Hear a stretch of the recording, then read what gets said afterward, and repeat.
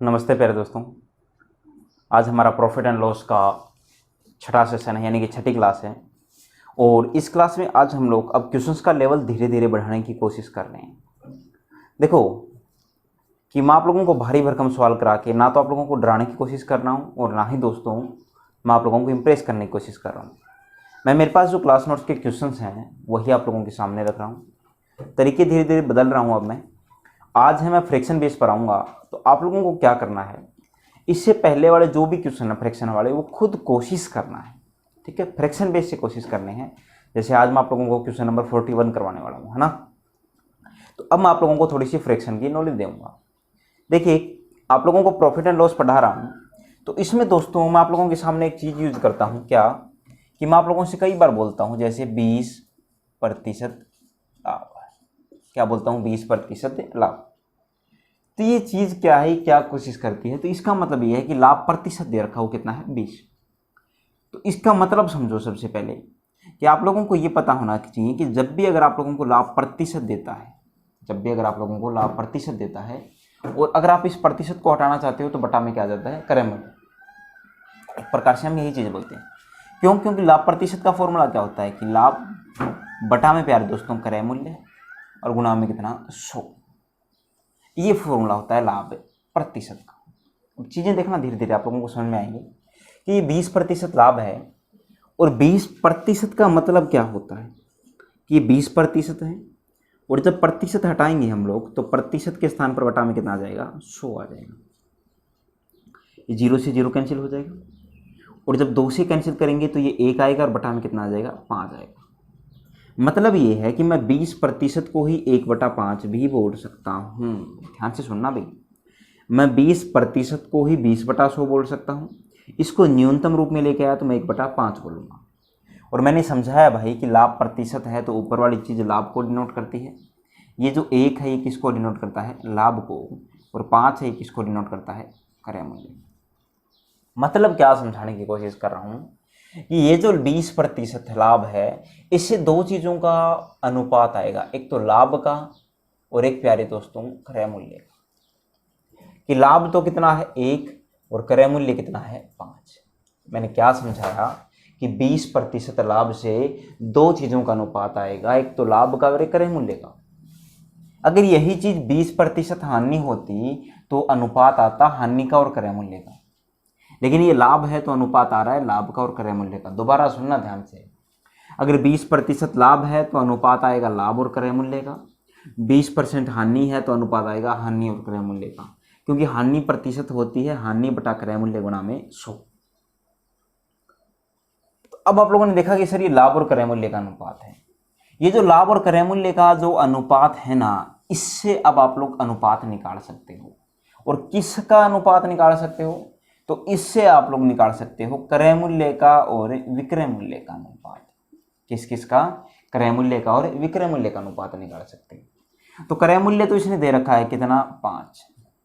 आप बोलोगे सर विक्रय मूल्य का कैसे फाइंड आउट कर सकते हैं? तो देखो ध्यान से सुनना, क्रय मूल्य 5 का मतलब होता है कि मैंने उसको 5 यूनिट में परचेज किया। क्रय मूल्य के नीचे 5 है तो मैंने उसको 5 यूनिट में परचेज किया और मैं उसके ऊपर 1 रुपये का लाभ कमाना चाह रहा हूँ या फिर 1 यूनिट का लाभ कमाना चाह रहा हूँ। तो दोस्तों क्या मैं उसे 4 यूनिट में बेचूंगा या 6 में? अगर आप बोलोगे सर 4 यूनिट में बेचोगे तो हमें 1 का लॉस होगा और हमें 1 का प्रॉफिट चाहिए, तो दोस्तों मैं उसे 6 यूनिट में बेचूंगा। तो मैं क्या बोलूँगा कि जो विक्रय मूल्य आएगा वो कितना आ जाएगा, 6 यूनिट आ जाएगा। तो क्रय मूल्य आएगा 5 यूनिट और विक्रय मूल्य आएगा 6 यूनिट। अब ये चीज़ें आप लोगों को यूज करनी सीखनी है। अगर मान लीजिए यहाँ पर 20% लाभ के बजाय 25% लाभ होता या फिर 25% हानि होती, मैं आपको करके दिखा देता हूँ कि 25% हानि होती, 25% हानि होती। तो 25% की सबसे पहले फ्रैक्शनल वैल्यू निकालोगे तो आप लोगों को पता होना चाहिए कि सर प्रतिशत हटाते हैं तो बटा में कितना आएगा, 100। ठीक है, और 25 से कैंसिल करोगे तो एक बार, ये 4 बार है तो 25% को हम लोग 1/4 बोल सकते हैं। तो 1 बटा में कितना, 4। तो ये 1 किसको डिनोट करेगा दोस्तों, हानि को, और 4 किसको डिनोट करेगा, ये क्रय मूल्य को। 4 किसको डिनोट करेगा, क्रय मूल्य को डिनोट करेगा। 1 डिनोट करता है हानि को और 4 डिनोट करता है क्रय मूल्य को। अब मैं आप लोगों से पूछूंगा, ऐसा जवाब देना कि मैं आप लोगों से पूछूंगा कि दोस्तों चलो ये तो हानि होगी, ये अनुपात किस किस का है। तो मेरे प्यारे भाइयों आप एक बात बताना, क्या ये क्रय मूल्य और विक्रय मूल्य का अनुपात अभी से नहीं आ जाएगा क्या? क्रय मूल्य आ जाएगा 4 यूनिट, 1 यूनिट की हानि, तो विक्रय मूल्य कितना यूनिट आ जाएगा? 3 यूनिट। ठीक है, अब ये चीज़ें आप लोगों को धीरे धीरे सीखते चलना है। आइए दोस्तों देखते हैं आपके पिटारे में आज का पहला क्वेश्चन कौन सा है। तो आज का पहला क्वेश्चन है, ध्यान से सुनना, कि एक दुकानदार किसी वस्तु को 20% के लाभ पर बेचता है। यदि वह क्रय मूल्य और विक्रय मूल्य दोनों को 100 रुपये कम कर दे तो उसका लाभ प्रतिशत 4% बढ़ जाता है। तो बताइए उसका क्रय मूल्य कितना होगा। मेरे प्यारे भाई आप लोगों को एक चीज़ यहाँ पर गौर करनी है, ऑब्जर्व करनी है कि एक बार तो लाभ प्रतिशत दिया है 20%, क्या दिया है? लाभ। ठीक है, और बोल रहा है कि अगर आप क्रय मूल्य को भी 100 रुपये कम कर दो, क्रय मूल्य को क्या कर दो, जो क्रय मूल्य है उसको 100 रुपये क्या कर दो? कम कर दो, यानी वो जो क्रय मूल्य है वो इतना बचे। और आप विक्रय मूल्य को भी 100 रुपये कम कर दो, विक्रय मूल्य को कितना कम कर दो आप? 100 रुपये कम कर दो, तो वो जो विक्रय मूल्य है मेरे प्यारे भाइयों वो बचे इतना। तो बोल रहा है कि इससे अब क्या फर्क पड़ेगा, जो लाभ 20% था ना उसमें अब 4% की वृद्धि हो जाएगी, और 4% की वृद्धि होने का मतलब होता है कि अब जो लाभ है वो 24% लाभ हो जाएगा। देखो मैंने क्वेश्चन का फॉर्मेट कितनी आसानी से लिख दिया है, अब सुनना सिर्फ कि 20% लाभ है। अगर मैं क्रय मूल्य को 100 रुपये कम कर दूं और विक्रय मूल्य को 100 रुपये कम कर दूं तो 4% क्या बढ़ जाएगा? लाभ बढ़ जाएगा। कि जो लाभ है प्यारे दोस्तों वो 4% क्या हो जाएगा? बढ़ जाएगा। भाई 4% नहीं हुआ, 4% बढ़ गया, तो 24% लाभ हो जाएगा। तो अब इस क्वेश्चन को करने का जो तरीका है वो क्या है, आप सबसे पहले 20% की फ्रैक्शनल वैल्यू निकालोगे तो आएगी 1/5। नीचे वाला 5 क्रय मूल्य को डिनोट करेगा और ऊपर वाला 1 लाभ को डिनोट करेगा। तो एक बात बताना आप लोग कि क्रय मूल्य का और विक्रय मूल्य का अनुपात कितना हो जाएगा। तो क्रय मूल्य तो कितना है? 5। विक्रय मूल्य अगर 1 लाभ है तो जोड़ दीजिए वरना घटा दीजिए, हानि है तो दोस्तों यहाँ पर लाभ है तो आपने देखा कि क्रय मूल्य तो हो जाएगा 5 यूनिट और विक्रय मूल्य हो जाएगा 6 यूनिट। आप चाहो तो यूनिट बोल दीजिए और आप चाहो तो दोस्तों एक्स लगा दीजिए साथ में, वो चीज़ें बड़ी आसान हो जाती हैं। बस एक बार ये समझ लेना कि क्रय मूल्य और विक्रय मूल्य का अनुपात आया 5:6। अब यहाँ लाभ कितना हो गया? तो लाभ हो गया 24%। कितना हो गया भाई? 24% है। और 24% की फ्रैक्शनल वैल्यू कितनी होती है? तो देखिए ध्यान से कि 24% था ना, तो जब प्रतिशत हटाओगे तो बटा में 100 आ जाएगा, और इसको कैंसिल करोगे तो ये 4 से और ये 6 से, तो ये दोस्तों हो जाएगा 4 से 6 बार और ये 4 से हो जाएगा 25 बार है। तो 24% की फ्रैक्शनल वैल्यू आएगी 6/25। यानी जहाँ 24% है वहाँ मैं 6/25 बोल सकता हूँ। तो आप क्या बोलोगे कि सर इससे जो क्रय मूल्य आएगा और विक्रय मूल्य का अनुपात आएगा वो क्रय मूल्य और विक्रय मूल्य का अनुपात कितना आएगा? तो मेरे प्यारे भाई क्रय मूल्य और विक्रय मूल्य का अनुपात आएगा 25 बटा में कितना, 25 क्रय मूल्य है और 6 उसका लाभ है, तो 25 बटा में कितना, 31 हो जाएगा। बोल रहा है कि अनुपात ये हो गया। देखिए आयु के क्वेश्चन आते हैं वो लगभग इसी प्रकार के आते हैं, अगर आप लोगों ने आयु पढ़ी है तो, कि 2 वर्ष पहले एक पिता और पुत्र की आयु का अनुपात 5:6 है, 3 वर्ष बाद उनकी आयु का अनुपात ये हो जाता है। बिल्कुल वही क्वेश्चन है। अब एक बात बताओ, ये जो रेशियो है ये 5 से बढ़ के 25 हो गया और 6 से बढ़ के 31 हो गया, ऐसा क्यों? देखो ये जो रेशियो है वो 5 से बढ़ के 25 हुआ मतलब 20 बढ़ गया, और 6 से बढ़ के 31 हुआ मतलब 25 बढ़ गया। कि ये जो रेशियो बढ़ा है ये क्यों बढ़ा है? तो देखो मैं करवाने के बहुत सारे तरीके हैं भाई, यहाँ पर ढेर सारे तरीके हैं, और आप लोगों को पता है मार्केट में ढेर सारा बच्चा है और सब के सब कंपटीशन की तैयारी कर रहे हैं, तो हर बच्चा अलग अलग प्रकार से करता है। मैं ऐसा मेथड लेके चल रहा हूँ कि जो आप लोगों को एक जैसा लगे, मतलब आप लोग भ्रमित नए हों, है ना। आप लोग पटवारी वगैरह के एग्जाम की प्रिपरेशन कर रहे हो तो वहाँ पर टाइम का इतना कोई इश्यू नहीं रहता है। अगर आप किसी अच्छे एग्जाम की प्रिपरेशन कर रहे हो, फॉर एग्जाम्पल SSC CGL वगैरह की, तो वो चीज़ें फिर आपके माइंड में धीरे धीरे एक्टिव हो जाती हैं कि कहाँ पर आप लोगों को टाइम कैसे सेव करना है ना। अब यहाँ दोस्तों आप लोगों को क्या ध्यान देना है, आप लोग या तो इसके साथ में एक्स लगा दीजिए या फिर इसके साथ में। आप लोगों ने अगर इसके साथ में एक्स लगा दिया तो अब ये ओरिजिनल क्रय मूल्य और ओरिजिनल विक्रय मूल्य काउंट होता है, अभी अनुपात नहीं है। एक्स लगाने का मतलब ये ओरिजिनल क्रय मूल्य है और विक्रय मूल्य भी ओरिजिनल है। ऐसा मैंने क्यों किया? क्वेश्चन ने बोला कि क्रय मूल्य को 100 रुपये और विक्रय मूल्य को 100 रुपये कम करो। तो मेरे प्यारे भाई आप लोग ध्यान से देखना, क्या मैं 5x माइनस 100 बटा में 6x माइनस 100 नहीं लिख दूंगा? जब मैंने क्रय मूल्य में से 100 माइनस किया और विक्रय मूल्य में से 100 माइनस किया, और अब मैं बोल रहा हूँ कि इनका अनुपात कितना हो जाएगा, तो वो मेरे को पता ही है, 25 बटा में कितना हो जाएगा 31, 25 बटा में कितना हो जाएगा 31 हो जाएगा। अगर किसी बच्चे ने इस क्वेश्चन को इतना कर लिया तो उसका क्वेश्चन हो चुका है। मैं फिर बोल रहा हूँ, अगर किसी बच्चे ने इस क्वेश्चन को इतना कर लिया है तो उसका क्वेश्चन हो चुका है। अब क्रॉस मल्टीप्लाई करनी है। क्रॉस मल्टीप्लाई में इधर 31 की मल्टीप्लाई और इधर आप लोगों को पता है 6x माइनस 100 की 25 से, तो गुणा कर दीजिए। जब आप गुणा करोगे तो 31 को 5 से गुणा करोगे तो कितना आएगा? देखो 31 को 5 से गुणा किया तो आप लोगों ने देखा कि 31 को 5 से गुणा किया तो 5 एकम 5 और 5 दिए 15, 155x। 31 को 100 से गुणा किया तो प्यारे दोस्तों 3100 आया, बराबर 25 को 6 से गुणा किया तो 150x आया, और आप लोगों ने देखा कि 25 को 100 से गुणा किया तो 2500 आया। ठीक है, ये बराबर में चीज़ें आ चुकी हैं। अब मेरे को x एक साइड में रखना है, तो 150x को अगर मैं इधर लेके आऊँगा तो माइनस का 150x हो जाएगा, तो 5x बचेगा, और 3100 उधर जाएगा तो बराबर किसके 600 के। तो 5x बराबर कितना 600 है।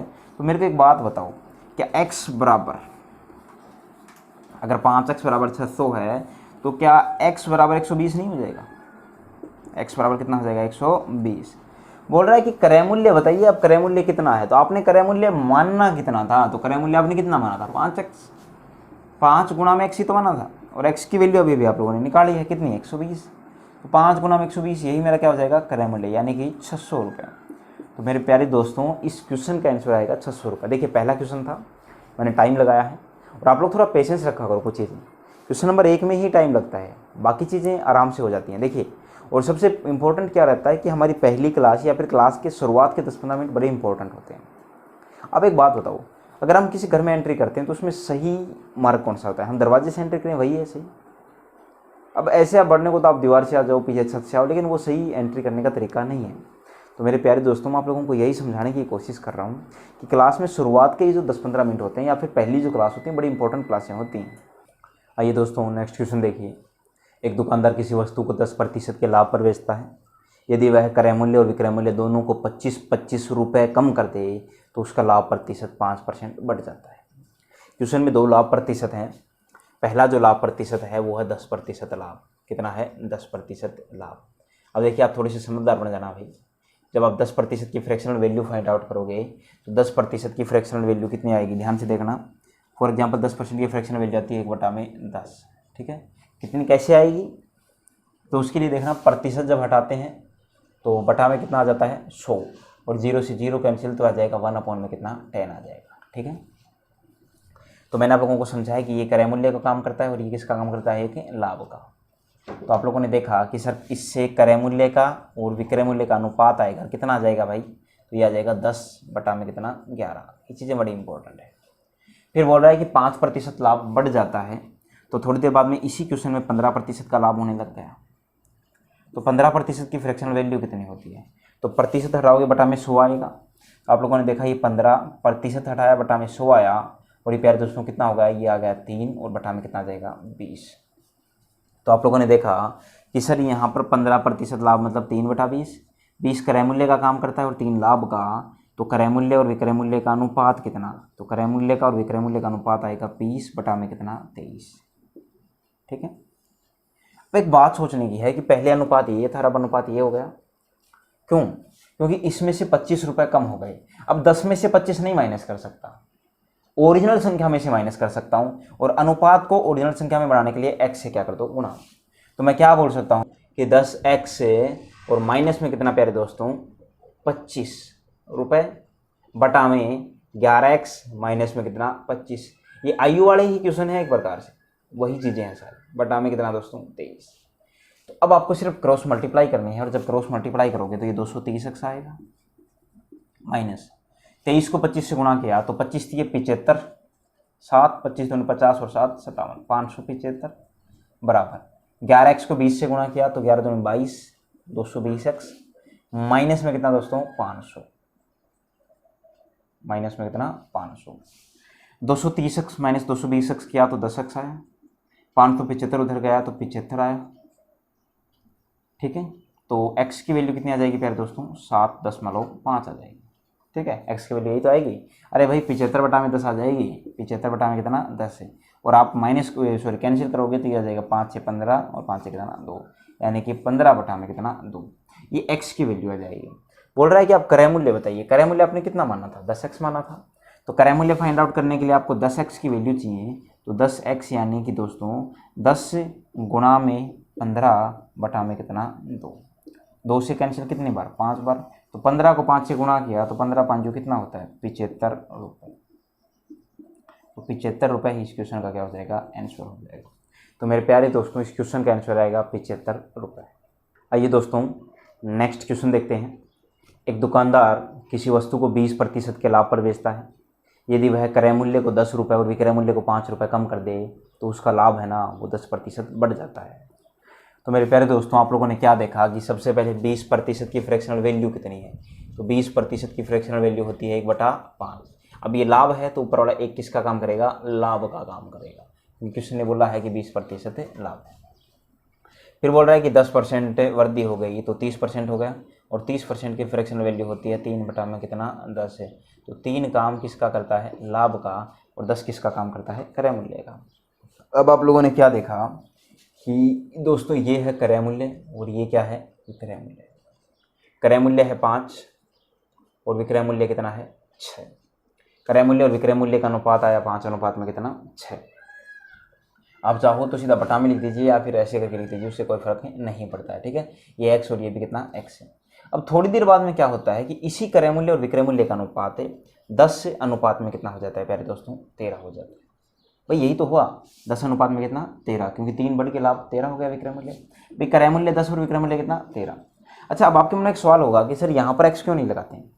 देखिए x का मतलब होता है किसी संख्या से काटा गया है, तो मैंने x मान लिया। अब चाहो तो यहाँ पर y लगा सकते हो, अगर आपकी इच्छा है तो आप एक के साथ में x चेप लीजिए, एक के साथ में y लगा लीजिए। ठीक है, आपके हर सवाल का जवाब धीरे धीरे मिलता चलेगा। ठीक है, यहाँ x लगा दिया और यहाँ y, क्योंकि हो सकता है आपके मन में बहुत सारी डाउट हों कि सर आप यहाँ क्यों नहीं लगाते, यहाँ तो आपने लगा दिया। चलो यहाँ x लगाया तो ओरिजिनल संख्याएं बन गई, यहाँ तो आपने y लगाया है, ये भी ओरिजिनल संख्याएं बन गई। तो हाँ ठीक है मानता हूँ, लेकिन दोस्तों यहाँ x और यहाँ x मत लगा देना, क्योंकि इसका मतलब फिर एक ही संख्या से काटी गई है चारों।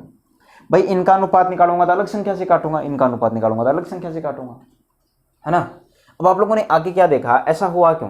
तो क्वेश्चन बोल रहा है कि क्रय मूल्य है इसको तो 10 रुपये कम किया गया और विक्रय मूल्य है इसको 5 रुपये कम किया गया।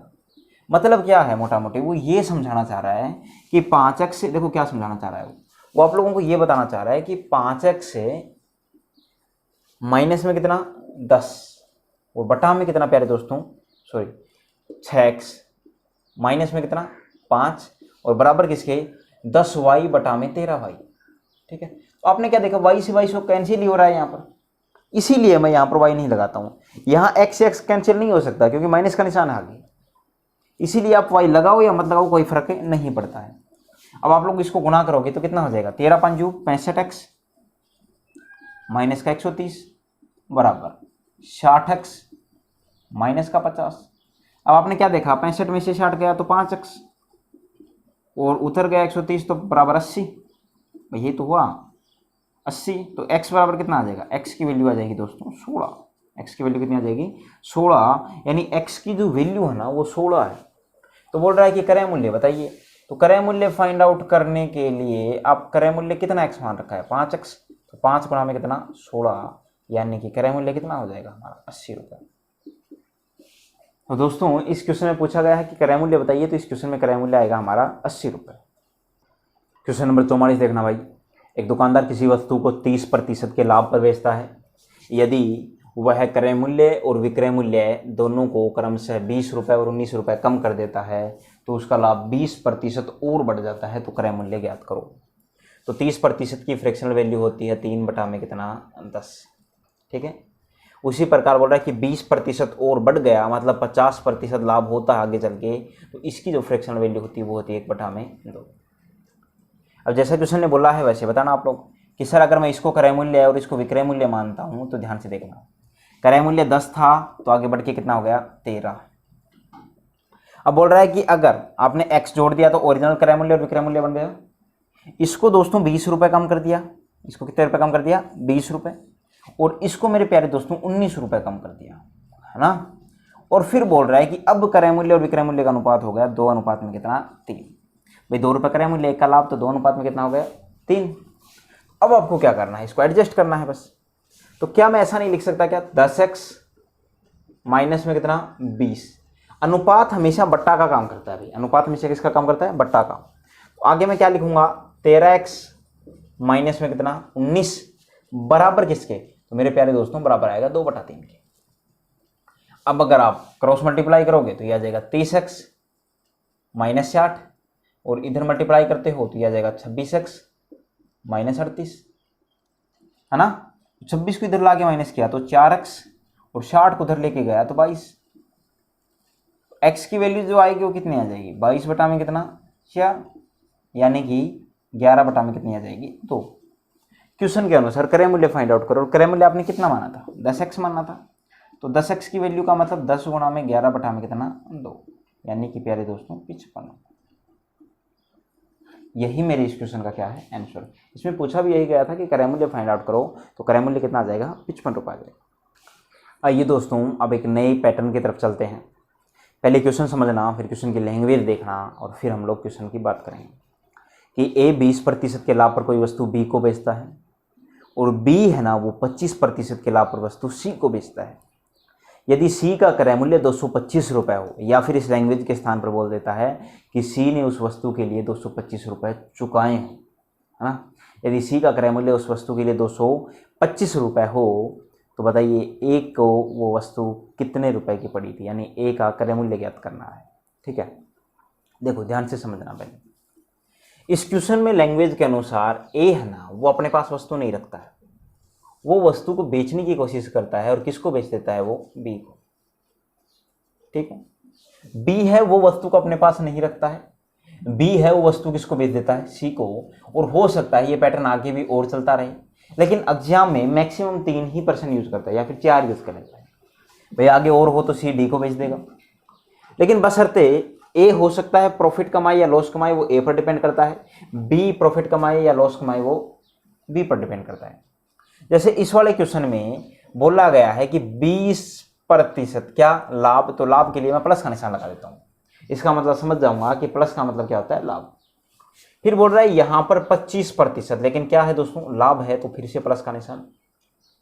और फिर सबसे इंपॉर्टेंट चीज है लास्ट में क्या बोला है कि सी उस वस्तु के लिए 225 रुपए चुकाता है। देखिए कितना आसान क्वेश्चन है, और एक लैंग्वेज को मैंने एक पिक्टोग्राफ में बदला है कि ए 20% के लाभ पर बी को बेचता है, बी 25% के लाभ पर सी को बेचता है, सी 225 रुपये चुकाता है। तो बताइए ए ने वो वस्तु कितने रुपए में परचेज की थी। मैं यही समझाने की कोशिश कर रहा हूं, मैंने पूरे के पूरे क्वेश्चन को एक पिक्टोग्राफ में बदला है। अब चीजें देखना कितनी आसान होने वाली है कि भाई 20% है, 20% की फ्रैक्शनल वैल्यू कितनी होती है। तो मेरे प्यारे भाई 20% की फ्रैक्शनल वैल्यू 1/5, और 25% की फ्रैक्शनल वैल्यू 1/4। अब ये चीज़ें याद हो जाएं तो बहुत अच्छी बात है, वरना मैं प्रतिशत की क्लास में इनको याद करने का तरीका भी सिखाने वाला हूँ कि 20% की कैसे याद करेंगे, 25% की फ्रैक्शनल वैल्यू कैसे याद करेंगे। अब 20% की फ्रैक्शनल वैल्यू 1/5 है, 5 क्रय मूल्य को डिनोट करता है, और 1 किसको दोस्तों लाभ को। तो मतलब क्या है ए ने 5 में खरीदी और 1 के साथ बेची, मतलब क्या, देखो सबसे सुनना भी ध्यान से। ए का क्रय मूल्य और विक्रय मूल्य है, ए का क्रय मूल्य और विक्रय मूल्य है। ए का जो विक्रय मूल्य है वही तो बी का क्रय मूल्य है, और बी का जो विक्रय मूल्य है वही सी का क्रय मूल्य है ना। तो आप लोग क्या बोलोगे कि सर सबसे पहले इस ए को, इस बी को और इस सी को एक सुंदर से ढंग से लिख लेते हैं, ए बी और सी। तो मैंने क्या समझाया कि ए ने उस वस्तु को कितने में परचेज किया 5 में, इस रेशियो ने समझाया, और 1 रुपये लाभ के साथ बेचा। अब बेचेगा किसको, ए तो बी को बेच रहा है ना, तो बेच दिया 6 में। ठीक है, कितने बेच दिया दोस्तों 6 में। अब नंबर आया बी का, अब किसका नंबर आया बी का। बी ने क्या किया, वस्तु 4 में परचेज की यानी खरीदी। बी का क्रय मूल्य कितना है 4 है, तो बी ने दोस्तों 4 में परचेज की और बेची कितने में 1 रुपये प्रॉफिट के साथ 5 में। अब कई बच्चों को जो प्रॉब्लम आने वाली है ना, वो यहां प्रॉब्लम आने वाली है। यहां एक तो उनको लिखने का तरीका नहीं समझ में आया, हो सकता है वो 4 को यहां लिखते फिर 5 को आगे लिख देते गलत।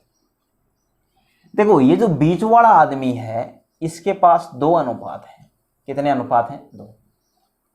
एक तो 5 में 1 जुड़ के जो ए ने दिया है और एक बी के पास खुद का है।